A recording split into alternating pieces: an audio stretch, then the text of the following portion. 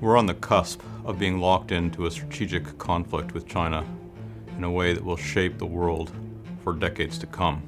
It's not a move we should make lightly or without full possession of the facts, and that's the purpose of this project. The hallmark of a great power is that its influence is multidimensional.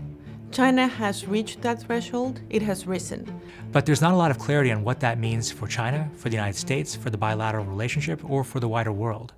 There really is a kaleidoscope of concerns about China in the United States right now. In the past, in the U.S.-China relationship, there were efforts by both sides to manage areas of competition and expand areas of cooperation. And these boundaries or guardrails helped to manage competition. But in recent years, the U.S.-China relationship has really been concentrated around a very narrow set of issues, specifically North Korea and trade tensions. What is the balance of Chinese behavior in Asia? Clearly, there are some things that China are doing that are deeply concerning to countries in the region. Take the provocations in the South China Sea. But there are other actions and other policies that China is now implementing that are seen as beneficial. Think about infrastructure finance. So we really have to make a net assessment as to what kind of international actor is China poised to be, especially as its capabilities continue to grow. Most allies and partners in the Indo-Pacific region still look to the United States as their preferred security guarantor. But what China's been doing is it's investing in specific military capabilities that really challenge the U.S. ability to maintain access in the region, and it calls into question the credibility of U.S. alliances and defense of our partners in the region. China doesn't necessarily have a regional strategy like the U.S. sometimes does or sometimes thinks it does. Rather, China has mostly a strategy towards different countries. And some of these are crucial partners in their partnership both for China and for them.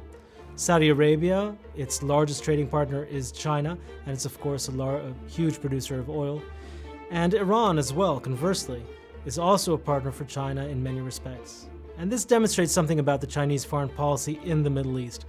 It doesn't have allies, it doesn't take sides, it's not expected to solve any of the problems. This of course limits its role, but it also has a huge advantage, especially compared to the United States. There's been a real sea change in Europe, I think, toward China over the last few years. Most major European countries saw engagement with China as beneficial, but now they see it very much as a double-edged sword, and they're increasingly concerned. They're concerned about the technology side, they worry about the standards and conditions attached to some of the investments and the political repercussions of that. They worry about China dividing the EU internally through initiatives like the 17+1. So there has been, I think, a really dramatic uptick in concern, and we see more concerted action at the EU level and greater attempts to have a common European position.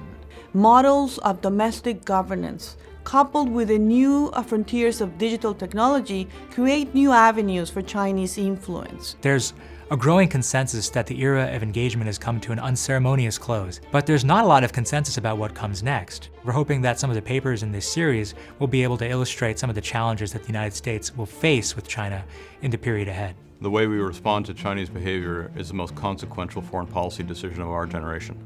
How we understand their intentions and their actions in the East China Sea, the South China Sea, in Africa, in Latin America, in telecommunications and energy.